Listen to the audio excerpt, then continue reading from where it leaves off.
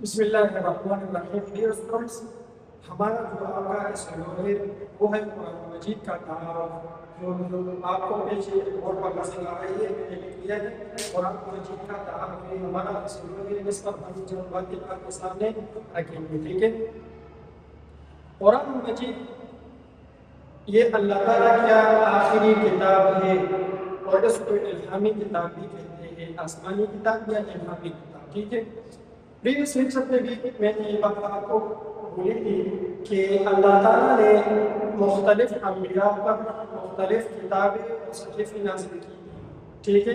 جس طرح حضرت موسیٰ علیہ السلام پر تورات نازل ہوئی، اسی طرح حضرت داؤد علیہ السلام پر جو ہے نا وہ زبور نازل ہوئی، اسی طرح حضرت عیسیٰ علیہ السلام پر انجیل نازل ہوئی. اس کے بعد آخری کتاب جو ہے وہ آخری نبی جو ہے حضرت محمد صلی اللہ علیہ وسلم، اس پر آخری کتاب قرآن مجید نازل ہوئی. ٹھیک ہے. اسی طرح ان کتابوں کے ساتھ ساتھ اللہ تعالیٰ نے مختلف انبیاء پر صحیفے بھی نازل کی ہیں. ٹھیک ہے. اس میں سے 10 صحیفے جو ہے وہ حضرت آدم علیہ السلام پر نازل ہوئی ہے.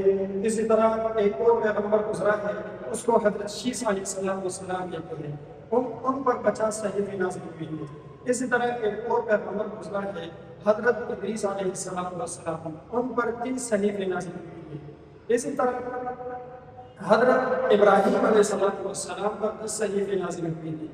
مختلف انبیاء پر مختلف صحیفے بھی نازل ہوئی ہے. ٹھیک ہے. قرآن مجید میں اس بات کی طرف اشارہ بھی ہے. سورہ اعلیٰ میں ایک آیت ہے، اس میں اللہ تعالیٰ فرماتے ہیں صحف ابراہیم و موسیٰ، کہ ہم نے موسیٰ و ابراہیم علیہ السلام کو صحیفے دیے تھے.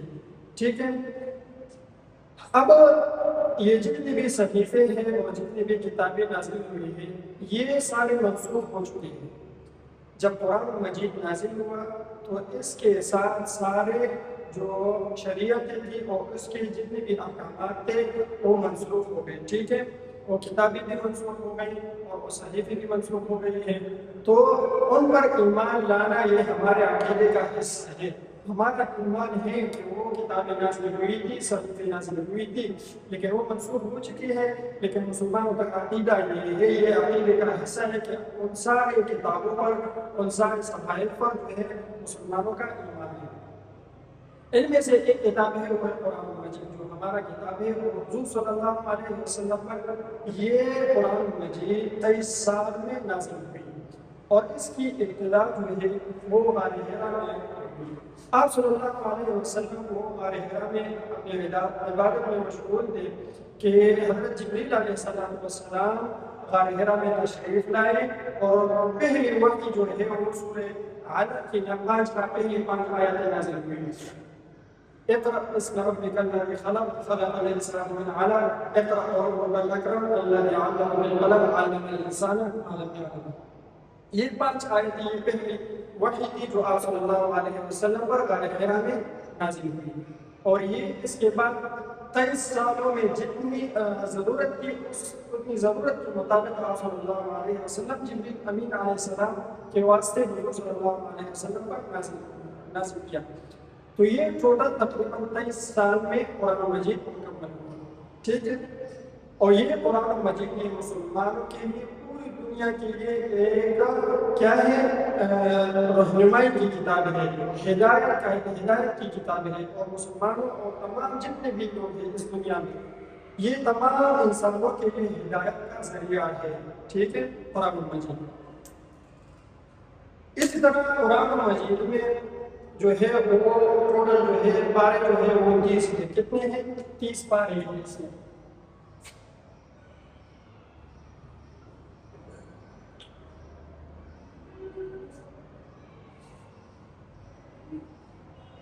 تیس پارے کے جز بھی کہتے ہیں اس کو. ٹھیک ہے نا. 30 پارے. اسی طرح اس میں آیات جو ہے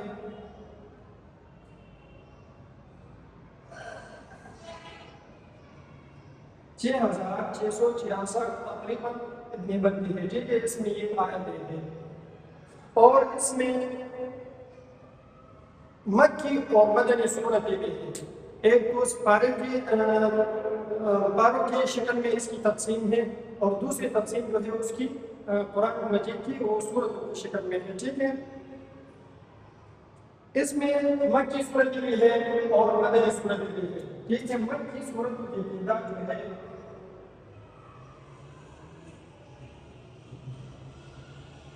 وہ 86 ہے، کتنی ہے؟ وہ 86 صورتیں ہیں، اس کو مکی صورت میں کہتے ہیں، اور اس کے علاوہ جو ہے وہ مدنی صورت ہے 28، اور یہ ٹوٹل جو صورتیں ہیں وہ کتنے بنتے ہیں؟ 114 یہ ٹوٹل صورتیں ہیں، ٹھیک ہے۔ اس میں ٹوٹل صورتیں ہیں، ٹوٹل پارے کتنے ہیں؟ 20 پارے ہیں، آیات جو ہے وہ 6666 آیات ہے، اور اس میں ٹوٹل صورتیں جو ہے وہ 114 ہیں، ٹھیک ہے۔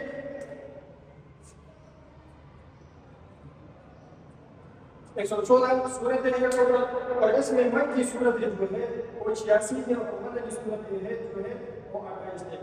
مکی اور مدنی صورتیں کیا ہے؟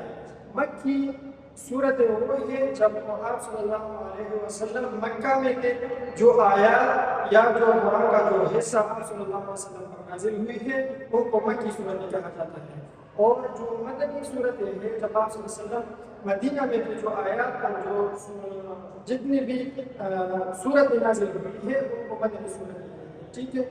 یا آپ اس طرح بھی کہہ سکتے ہیں کہ جو صورتیں یا قرآن مجید کا جو حصہ ہجرت سے پہلے نازل ہوئی ہے ان کو مکی کہا جاتا ہے، اور جو ہجرت کے بعد نازل ہوئی ہے ان کو مدنی صورتیں کہا جاتا ہے، ٹھیک ہے۔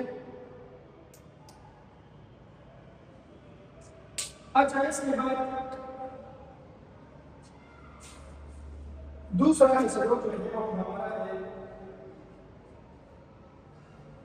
قرآن مجید کے فضائل۔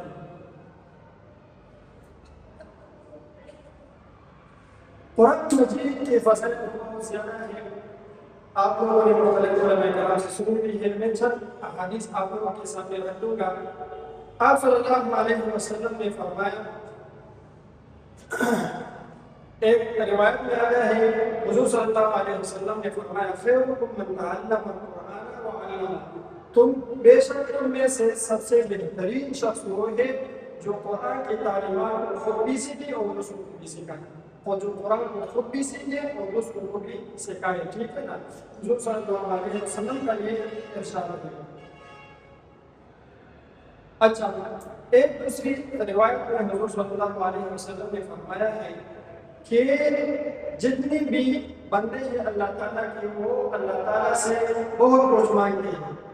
ایک روایت کا مفہوم اس طرح ہے کہ جو بندے اللہ تعالیٰ سے بہت زیادہ کچھ مانگتے ہیں، اور ایک دوسرا بندہ ہے کہ وہ قرآن مجید کی تلاوت میں اتنی مشغول رکھا ہے اس کو کہ وہ اللہ تعالیٰ سے کچھ مانگنے کا موقع نہیں ملتا اس کو۔ تو حضور صلی اللہ علیہ وسلم نے فرمایا کہ اس دوسرے بندے کو جو تلاوت قرآن مجید کا تلاوت اتنی زیادہ کرتا ہے کہ اس کو اللہ تعالیٰ سے مانگنے کا موقع نہیں ملتا، حضور صلی اللہ علیہ وسلم نے فرمایا کہ میں اس بندے کو اس پہلے بندے سے زیادہ خوش ہوں گا، ٹھیک ہے نا۔ جو اللہ تعالیٰ سے بہت زیادہ مانگتا ہے لیکن دوسرا بندہ ہے وہ قرآن مجید کی تلاوت میں اتنی مشغول ہے کہ وہ اس مشغولیت کی وجہ سے اللہ تعالیٰ سے مانگنے کا موقع نہیں ملتا۔ تو نبی علیہ السلام نے فرمایا کہ میں اس دوسرے بندے کو جو اللہ سے زیادہ مانگتا ہے اس سے بھی زیادہ اس پہلے بندے کو دوں گا جو مانگنے کا موقع نہیں ملتا ہے اس کو، ٹھیک ہے نا۔ یہ جو قرآن مجید کی بہت بڑی فضیلت ہے، ٹھیک ہے۔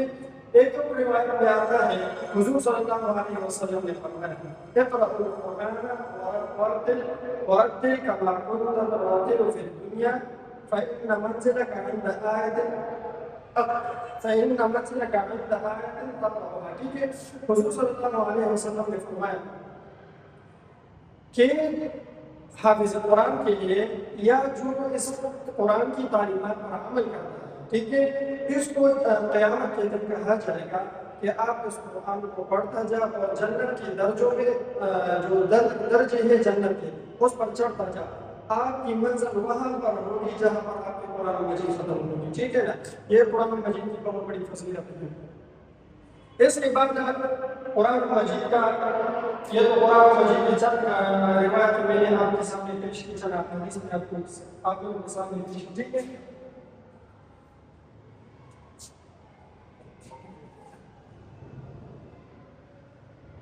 تیسرے نمبر پر ہمارے پاس ہے قرآن مجید کے حقوق، ٹھیک ہے. قرآن مجید کے حقوق کیا ہے، حق کیا ہے ہمارے اوپر، ٹھیک ہے نا. قرآن مجید کا سب سے پہلا حق مسلمانوں کے اوپر یہ ہے کہ اس قرآن مجید پر ایمان لائے، ٹھیک ہے. قرآن مجید پر ایمان لانا، ٹھیک ہے. پہلا حق کیا ہے قرآن کا کہ اس پر ایمان لائے، ٹھیک ہے نا. دوسرا حق کیا ہے،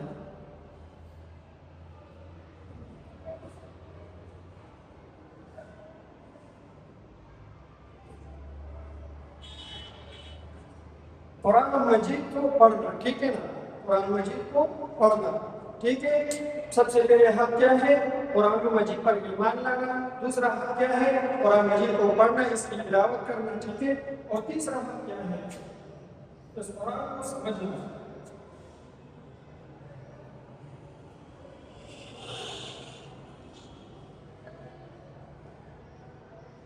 تیسرا حق کیا ہے ہمارے اوپر قرآن کی،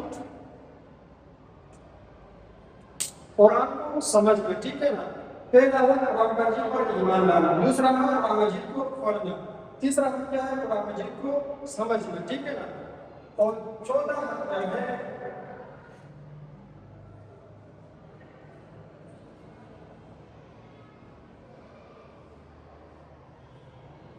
قرآن مجید پر عمل کرنا، ٹھیک ہے. چوتھا حق کیا ہے قرآن مجید پر عمل کرنا، ٹھیک ہے. اور پانچواں حق کیا ہے قرآن مجید کی تعلیمات کو دوسروں تک پہنچانا، ٹھیک ہے. پانچواں حق کیا ہے قرآن مجید کی تعلیمات کو دوسروں تک پہنچانا، ٹھیک ہے نا.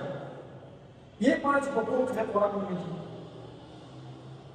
پہلا حق کیا ہے اس قرآن پر ایمان لانا، دوسرا قرآن مجید کو پڑھنا، تیسرا قرآن مجید کو سمجھنا، چوتھا قرآن مجید پر عمل کرنا، اور پانچواں قرآن مجید کی جتنی بھی تعلیمات ہے ان کو دوسروں تک پہنچانا، یعنی پوری دنیا میں اس قرآن کی تعلیمات کو پھیلانا، ٹھیک ہے نا.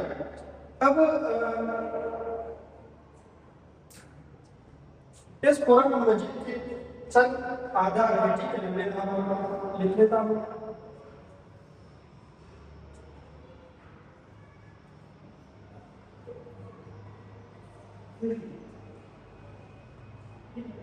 قرآن مجید کے آداب، ٹھیک ہے.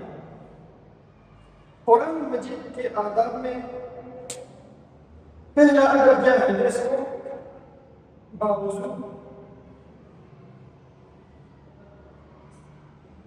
باوضو ہو کر اس پر ہاتھ لگنا، ٹھیک ہے نا.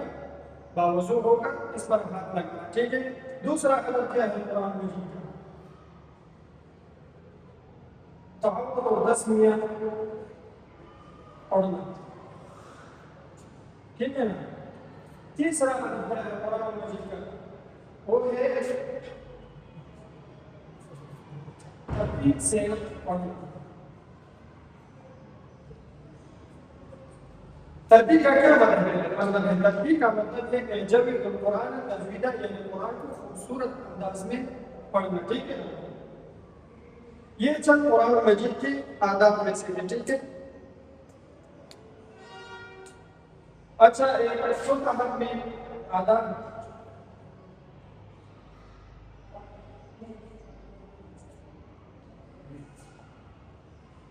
چوتھا ادب کیا ہے خاموشی سے اس قرآن مجید کو سننا. جب کوئی دوسرا بندہ تلاوت کرتا ہے تو اس کو خاموشی سے سننا. قرآن مجید میں اللہ تعالیٰ فرماتے ہیں وَإِذَا قُرِئَ الْقُرْآنُ فَاسْتَمِعُوا لَهُ وَأَنصِتُوا لَعَلَّكُمْ تُرْحَمُونَ. جب قرآن مجید کی تلاوت جہاں پر ہو جاتی ہے وہاں آپ اس کو خاموشی سے سنا کریں، ٹھیک ہے، تاکہ آپ پر کیا ہو جائے رحم کیا جائے، ٹھیک ہے. یہ قرآن مجید کے آداب میں سے ہیں.